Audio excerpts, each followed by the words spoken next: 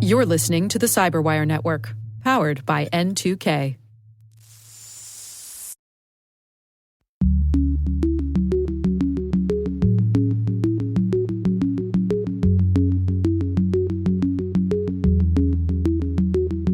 We are seeing an increase in regulation of the internet, and some of that regulation is justified, some of it is not. Hello, everyone, and welcome to Caveat, the CyberWire's privacy, surveillance, law, and policy podcast. I'm Dave Bittner, and joining me is my co-host, Ben Yelin from the University of Maryland Center for Health and Homeland Security. Hello, Ben. Hello, Dave. On this week's show, Ben describes a class action suit against Google alleging the sale of personal data. I've got the story of a prison surveillance company keeping tabs on people outside the prison walls. And later in the show, Konstantinos Komaitis from the nonprofit Internet Society on the unintended consequences of uninformed online regulatory policies. While this show covers legal topics and Ben is a lawyer, the views expressed do not constitute legal advice. For official legal advice on any of the topics we cover, please contact your attorney. And now, a word from our sponsor, SpyCloud, the cybercrime analytics leader.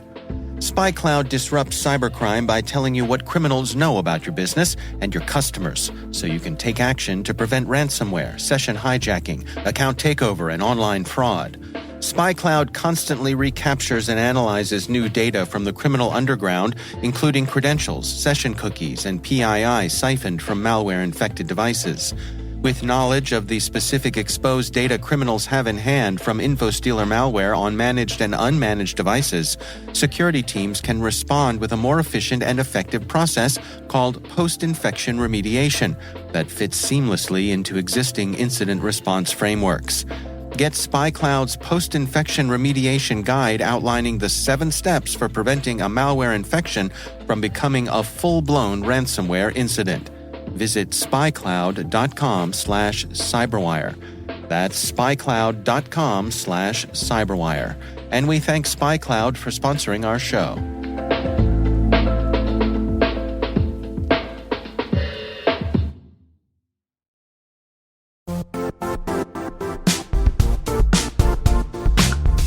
Now, a word from our sponsor, the Johns Hopkins University Information Security Institute, currently seeking qualified applicants for its innovative Master of Science in Security Informatics degree program. Study alongside world-class interdisciplinary experts and gain unparalleled educational, research, and professional experience in information security and assurance.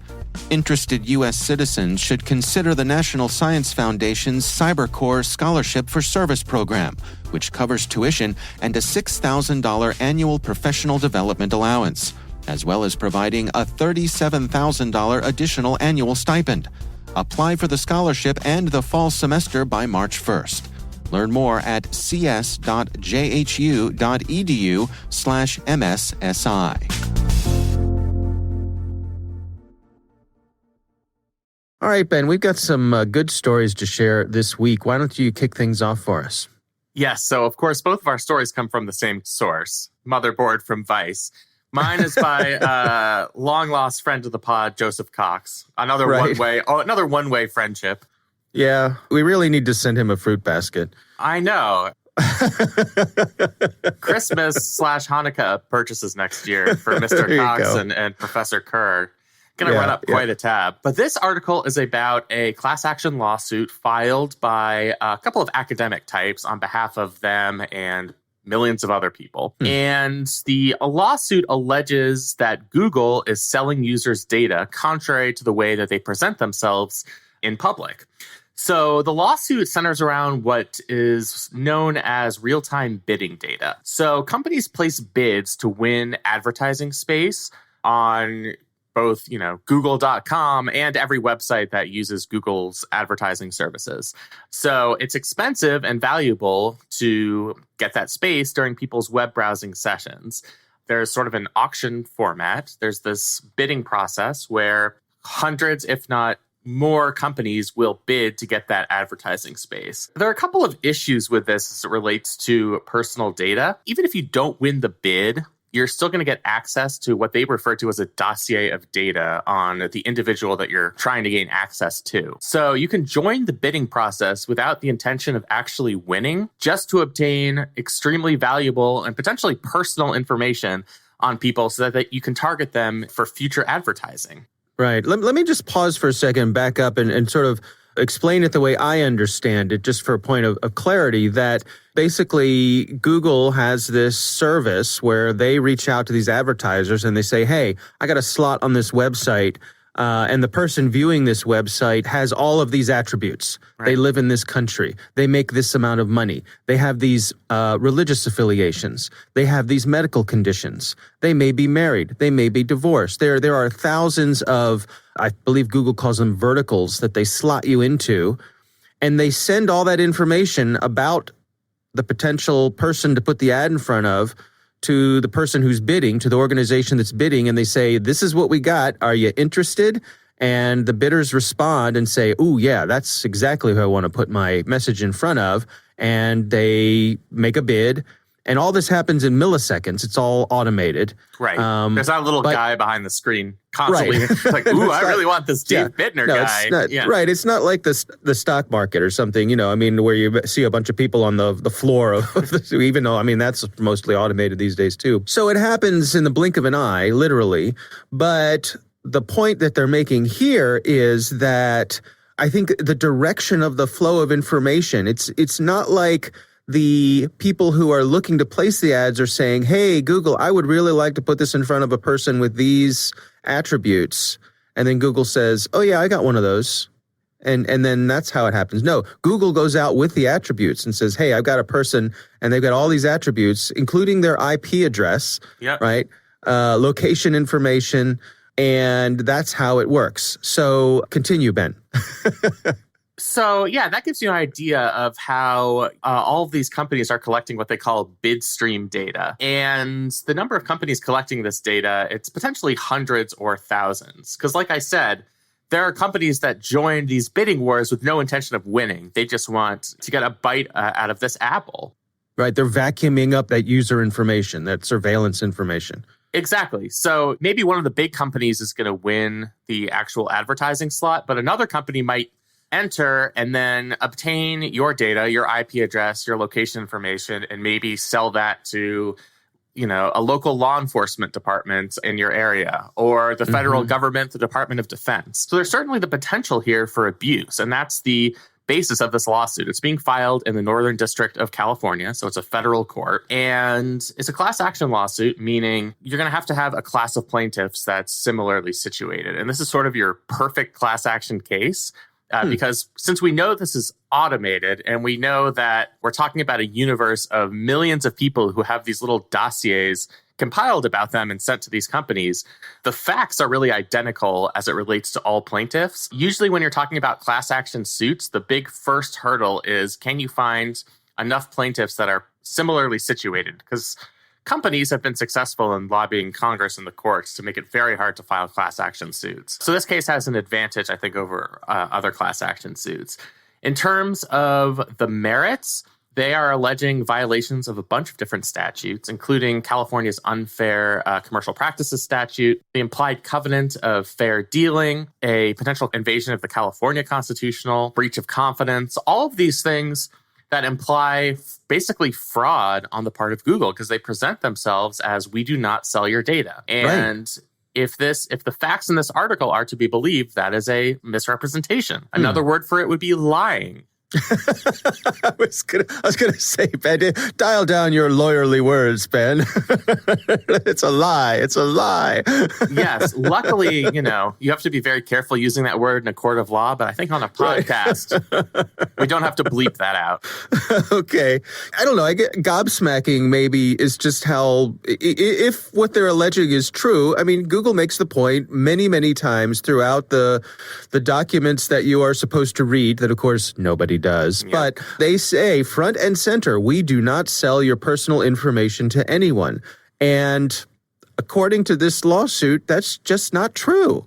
Yeah, and I should also mention, this is not the first time we've seen these allegations. The senator we bring up most on this podcast, Mr. Ron Wyden of Oregon, had sent a letter to the FTC last summer, basically alleging the same thing. And I'm quoting here, few Americans realize that companies are siphoning off and storing bitstream data to compile exhaustive dossiers about them, including web browsing, location, and other data, which are then sold by data brokers to hedge funds, political campaigns, and even to the government without court orders. So that's sort of the breadth of the potential danger here. But it's one thing, obviously a senator sending a letter to the FTC can have a pretty profound effect. When you start talking about a class action lawsuit, that might actually be something that would get Google to change its behavior. And this article notes that the law firm representing the plaintiffs here has actually had success in winning settlements from big companies. So it's possible all of us are going to get, $3 in our bank account in 3 or 4 years for the data that's been collected. Oh, goody. And the lawyers will buy a new vacation home. So, those vacation homes aren't going to purchase themselves. Yeah, that's right. That's right. Well, explain some of the details here, because as a class action suit, it is not a criminal allegation, right? No, it is a civil case. Yep. Okay. So what they're after here is both money, and could they also be after an agreement from Google to change their behavior? Yeah, so they're looking for both potential money damages and also perhaps an injunction, which would force Google to stop engaging in this behavior. The original brief that was posted as part of this article is actually more of a preliminary brief that's simply asking for a jury trial. And not to get too much into the weeds here, the 7th Amendment of our Constitution guarantees a jury trial for civil trials, but that has not been incorporated against the states. So there's no guarantee to a jury trial in most states on civil matters. And, I think the reason they're looking for a jury trial here is this is something that could be very sympathetic to the 6 lay people who would be considering a civil case on this matter. Because those 6 individuals very likely are Google users, and they themselves have probably been a victim of this data being siphoned off. Now, knowing that could potentially, if the court grants this motion for a jury trial, that might motivate Google to say, our chances aren't very good in the courtroom. Let's settle this. Usually, I would say the settlement would come with an injunction, just because damages might not be adequate relief for consumers when you divide it. When you divide the damages by the millions of people who use Google. So I think an injunction forcing Google to stop engaging in this behavior might be the end goal here on behalf of the plaintiffs. I guess big picture, too. This points to this larger trend that we're seeing where folks are going after these large companies that are vacuuming up all this information and trying to get some relief here. Yeah, it is kind of interesting. We've talked about a number of these cases, but even in the last 3 or 4 months, we've seen a lot of lawsuits filed against our biggest tech companies for privacy-related issues. And I'm just kind of curious how many of these cases are going to break through, because certainly it won't be all of them. So, I'm just curious. And this seems like one of the more compelling cases to me, as you said. So I think this is certainly one that we're going to be watching out for. Yeah. All right. Well, my story this week also comes from Motherboard over on the Vice website. This is written by Aaron Gordon, and it's titled, Prison Mail Surveillance Company Keeps Tabs on Those on the Outside, Too. Let's say you have a friend or a loved one who is behind bars, who's doing time, and one of the ways you keep in touch with that person is writing letters. And this is a method, I suppose, as old as people being in prison. Yep. It's a sort of a standard, understood, accepted sort of process that those letters get read by the folks who are guarding the prisoners to make sure that you're not planning a prison break or doing something, doing something you shouldn't be doing. You gotta speak in code when you write those letters. Right. It's an accepted thing. Yeah. What this article is about is a company called Smart Communications, who's been offering up a service for prisons where they will ingest all of the mail coming to prisoners. They will scan it, and then they will make those scans available to the prisoners to read. And there are a number of benefits to this. Among them, they say this could cut down on contraband, making it to prisoners. Evidently, there was a story about, I guess, folks, it's sort of funny. They mentioned it in this article, folks trying to, I guess, embed the paper with cannabis, like THC and things like that. It seems like maybe that story's been debunked, so there might not be something to that. But it's the kind of thing that you could see, if someone were able to do that, okay, not having the actual paper get to them might have some value.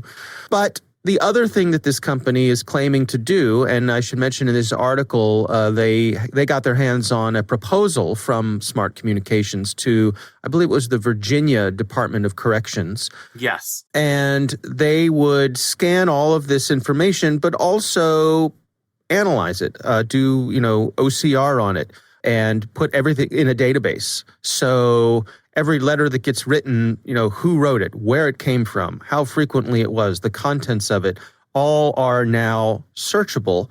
And Smart Communications makes the case that this allows for cross-referencing of things. You can establish associations, perhaps gang activity, things like that, through the use of this database. Now, the flip side of this, folks are pushing back and saying, if you're someone who is in prison, who has committed a crime, and you're in prison and you are in good faith trying to pay back your debt to society, one of the things that could be a strong encouragement for you to stay on the right path might be these interactions with your loved ones. Imagine a crayon drawing from a child, right. Something like that, to actually have that in your hands, in your child's own hands, that artwork. That could have a lot of meaning to someone, right. Much more than viewing a scan of it on a computer screen.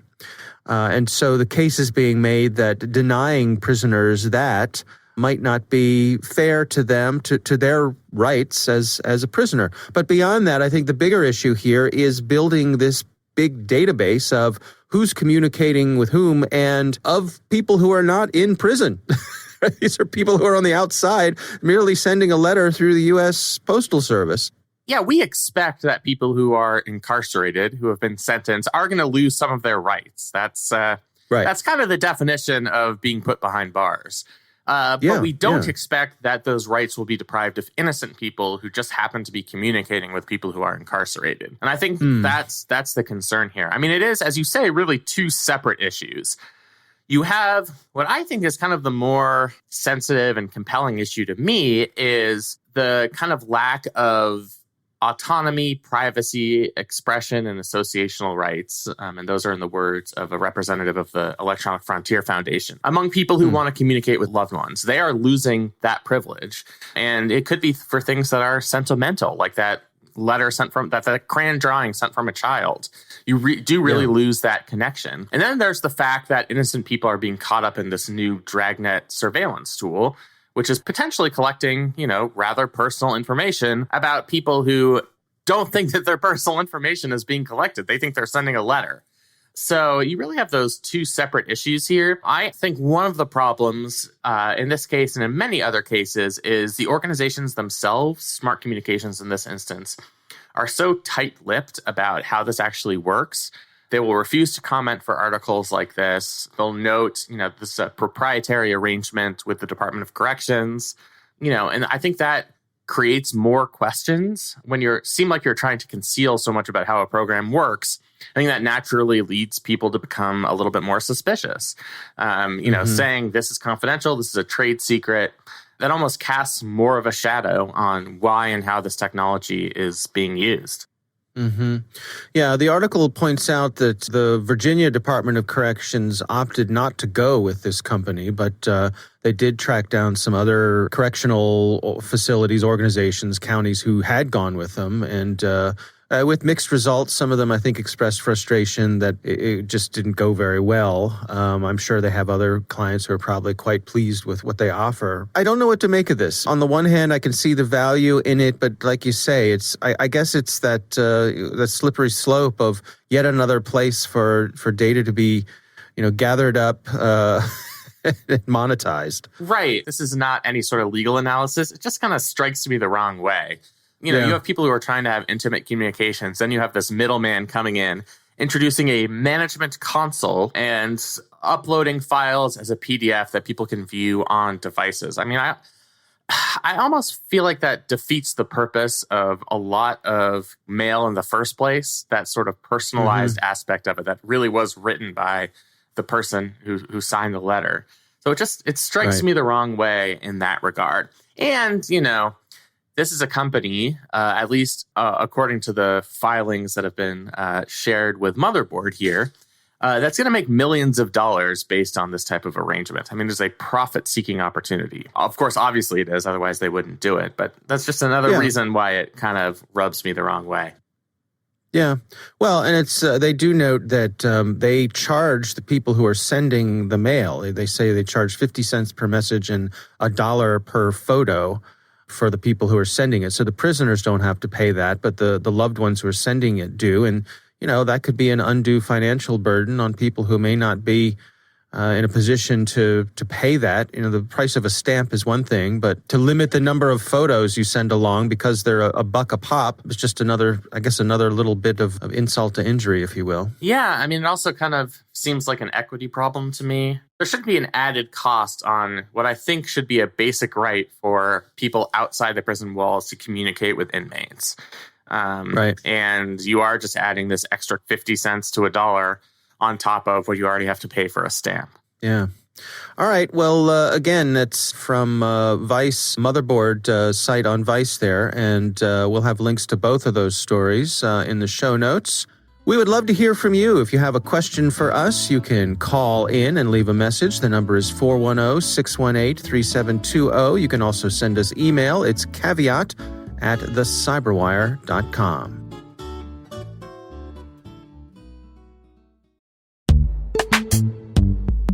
This episode is brought to you by Palo Alto Networks, the leader in cybersecurity.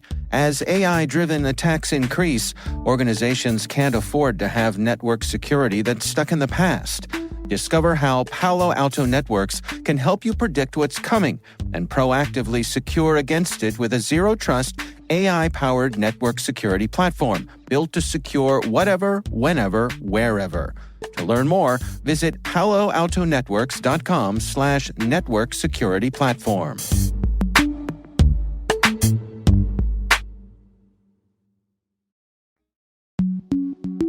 Ben, I recently had the pleasure of speaking with Konstantinos Komaitis. He's from a nonprofit called the Internet Society. And our discussion focused on unintended consequences of online regulatory policies. Here's my conversation with Konstantinos Komaitis. I think the conversation regarding regulation of the internet has changed dramatically over the past few years, and I would predict that it's going to continue changing over the next few years. What I mean by that is that, 25, 30 years ago, when the internet emerged as a technology with great potential, if you remember, a regulation or any discussion of regulation was a little bit of an anathema. We have John Perry Barlow's, of course, Declaration of Independence, because the internet was seen as this tool that is somewhat untouchable from all the bad and evils of the world. Over the years, because the internet evolved, societies evolved, the nation state has changed, and a lot of geopolitical shifts have also taken place, we are seeing an increase in regulation of the internet. And some of that regulation is justified, some of it is not.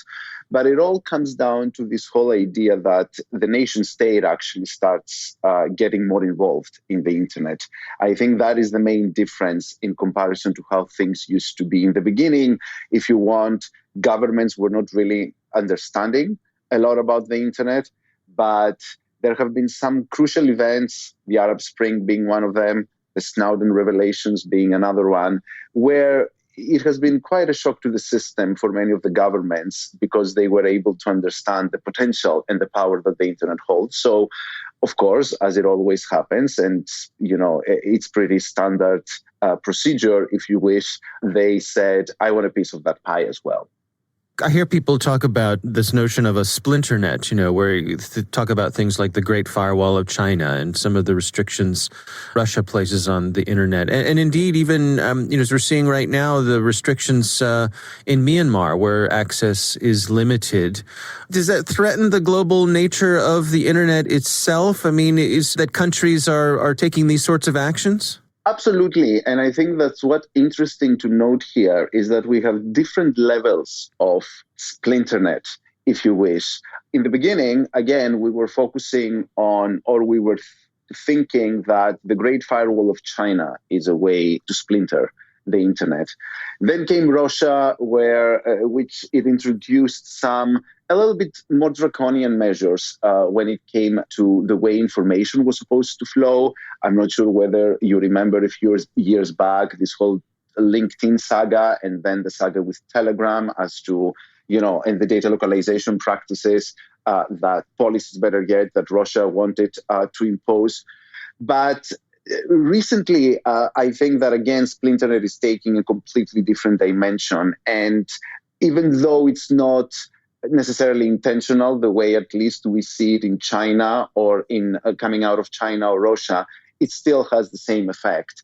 Regulation that is coming out of Europe could potentially become part of the problem vis-a-vis splintering the internet. The GDPR, for instance, was a very good and very well-intentioned regulation. The spirit of the law was absolutely great. It talked about privacy, talked about the ability of users to control their data. Who doesn't want that? We have been having this conversation for many years. However, when we went into the implementation and enforcement details, there we saw some issues emerging. And one of those issues was the potential fragmentation that it caused to the internet, simply because some websites that decided not to comply with the GDPR, which meant that they're not resolvable in Europe. So what I'm trying to say is that we should start thinking of the potential of a much less global internet, which is actually the case, not only at the extremes when a government shuts down the internet. You've mentioned Myanmar. In India, we had exactly the same. In parts of Africa, we're having exactly the same. Or when China or Russia are doing something that is contrarian to the way we understand governance structures. But we also need to start thinking of those well-intended regulations that fail perhaps to understand the technology and the architecture of the internet and unintentionally create those consequences that could lead to a much less global, interoperable, and open internet. Yeah, you make a fascinating point, which is that this notion that the internet is not a business sector, that it's closer to an ecosystem or even a built environment. Can you take us through that line of thinking? Sure. So the internet, we keep on saying and we keep on repeating that the internet is a complex system. And we don't go through the process of trying to explain exactly what that means. When we talk about an ecosystem, we talk about a system that is constantly evolving. And the internet in many, many ways is very similar. So it is difficult to understand the challenges of the internet unless you really take a step back and look at the internet in a much more holistic way, and you stop treating it as a monolith. And I think that this is where the disconnect, if you want, with the nation state or governments occurs.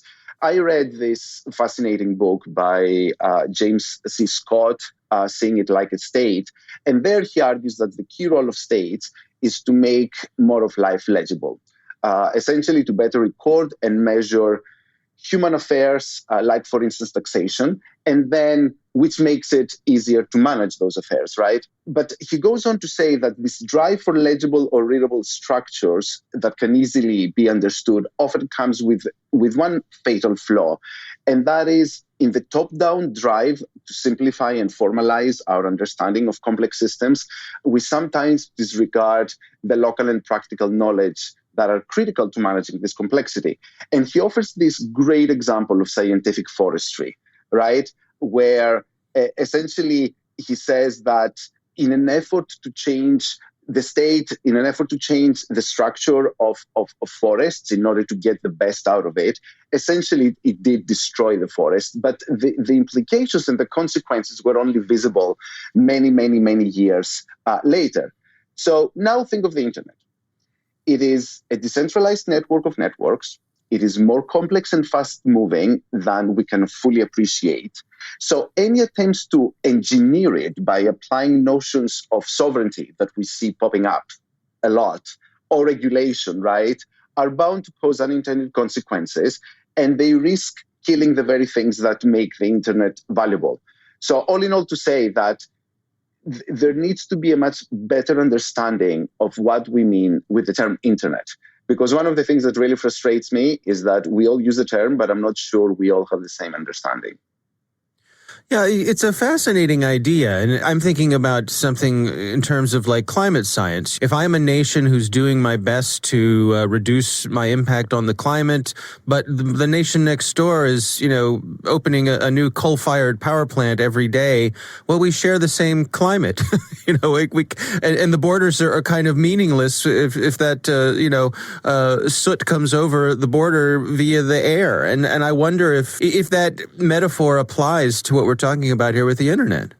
It's funny you've mentioned the climate, because for the past couple of years, I myself believe that there are some lessons to learn from environmental governance. Again, if you think about the environment 25, 30 years ago, nobody was really caring, right? Caring to the point that we see now organizations and businesses and civil society really caring and taking a stance on the environment. And suddenly we came face to face with a situation that was almost irreversible. So we all came together, collaboration became key, a clear understanding of what climate change in the environment means also became key. And then regulations became a reality that actually started conducting an impact assessment analysis on how that specific regulation at any given time would affect the environment. So in this context, I think that environmental governance offers us a cautionary tale. Again, we are at a stage where there is a lot of ample regulation, and we know that it's chipping away slowly the values and the benefits of the internet. One of the things that I was told by some engineers, and it has really, really stuck with me, was that if the internet is going to die, it's not going to die of one cat. It's going to die of 1,000 cats. And this is where we are headed in some ways, right? There is this wave of regulation that is constantly happening around the world. And in some ways, there is even a regulatory competition amongst governments. If this trend continues without us reaching consensus, right, on how best to collaborate and under what principles and under what values we want to collaborate, things might be irreversible. So it is important as we move forward, because this regulatory activity is not going to end, of course. As we move forward, I think it becomes more and more crucial to start calling and start demanding those impact assessment analysis to take place within internet regulation, because I really do not want to find ourselves in the position where we are told, you know what, the situation is a little bit irreversible and you might need to live with an internet that is less global, less open, less interoperable, and where less innovation is happening. Do you suppose we need some sort of international effort, a Geneva Convention for the internet? That's a very interesting question, and there has been quite a bit of a discussion with that over the years. I think that one problem with moving too fast with any sort of international agreement is that we are not amongst ourselves very much aware of what we want to protect. And what are the principles and the core properties, if you want, of the internet that we want to protect, right? That is the first thing. The second thing is that international agreements have the tendency of being extremely bureaucratic and extremely slow. And by the time we get to that agreement, we don't know what the internet might look like. And then there is also a third part where I think it is mostly reserved in a technology like the internet. It was not a creation of one person or one entity or of one country. The internet is an outcome of collaboration. And unfortunately, if we start looking at international law and the places where international law is happening, those are very much reserved for one group, which is governments, and that's okay. But it really begs the question whether those are the appropriate fora for decisions about a technology where knowledge and know-how is spread across a diverse set of stakeholders is going to happen with this, monolithic institution that only reserves places for governments. What would your message be to legislators here in the United States who are trying to take on some of these issues? Understand the internet. And if you don't, ask around. There are a lot of people that know and will be able to explain to you. You need to I think that governments is very important for them to find their starting point. Who do they want to be when it comes to the internet? Do they want to be a government that upholds an open, interoperable, global internet? If that is the case, then they really need to understand that those things are not a given and they should not be taken for granted.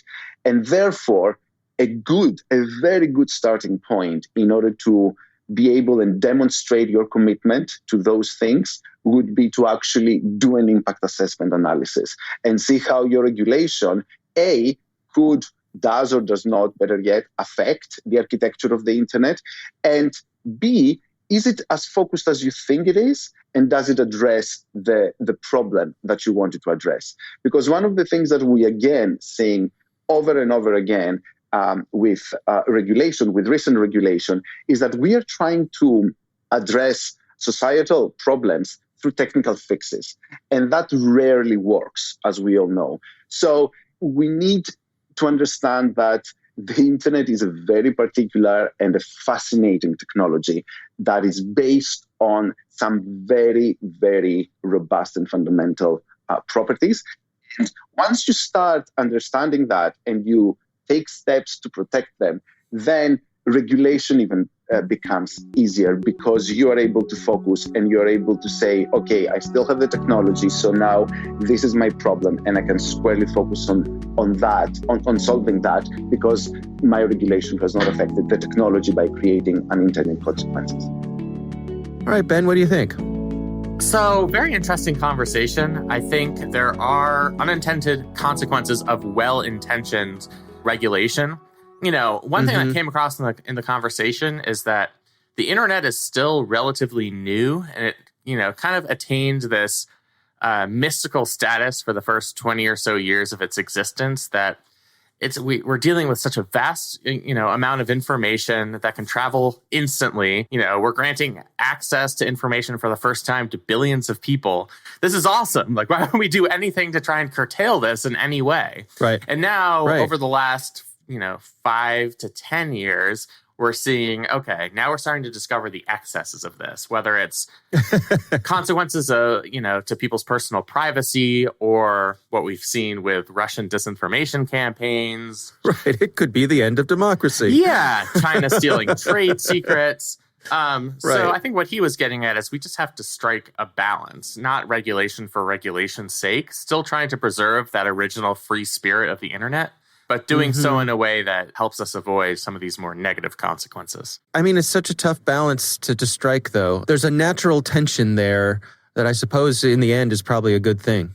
Yeah. I mean, I think that tension is a good thing. I don't think we should just be rubber stamping any proposed regulation of the internet. And, I think that's why we have these institutional bodies. It was the European Union and its institutions that developed GDPR. Our Congress that has been slow, but has eventually come up with ways of regulating the excesses of the internet. And so, it is always about striking those balances.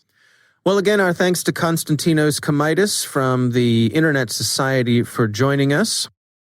That is our show. We want to thank all of you for listening. The Caveat podcast is proudly produced in Maryland at the startup studios of Data Tribe, where they're co-building the next generation of cybersecurity teams and technologies. Our senior producer is Jennifer Iben. Our executive editor is Peter Kilpie. I'm Dave Bittner.